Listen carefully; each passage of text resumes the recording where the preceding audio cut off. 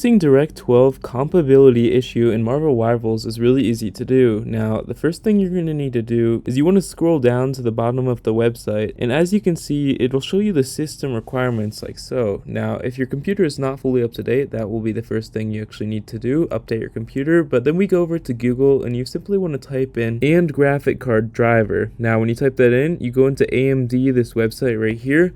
And as you can see, you actually need to get this so that you can actually be able to run Marvel Rivals without having any issues. So once you've actually gotten this for your computer, whether it be Apple or a Windows desktop, you can see we can simply run this application like so. After we get this application, just make sure it's updated to the latest version so you can actually run it without having any errors. Now, when we actually go back onto Rival, as you can see, if we go into the library like so, and then click on Marvel Rivals and right click on it and go to properties, you can see in general right here, if we just go over to the launch options and type in -DX12 like so, exit out simply like this, and right click on it once again and bring it open once more, we should successfully be able to run our game, and this should fix your issue.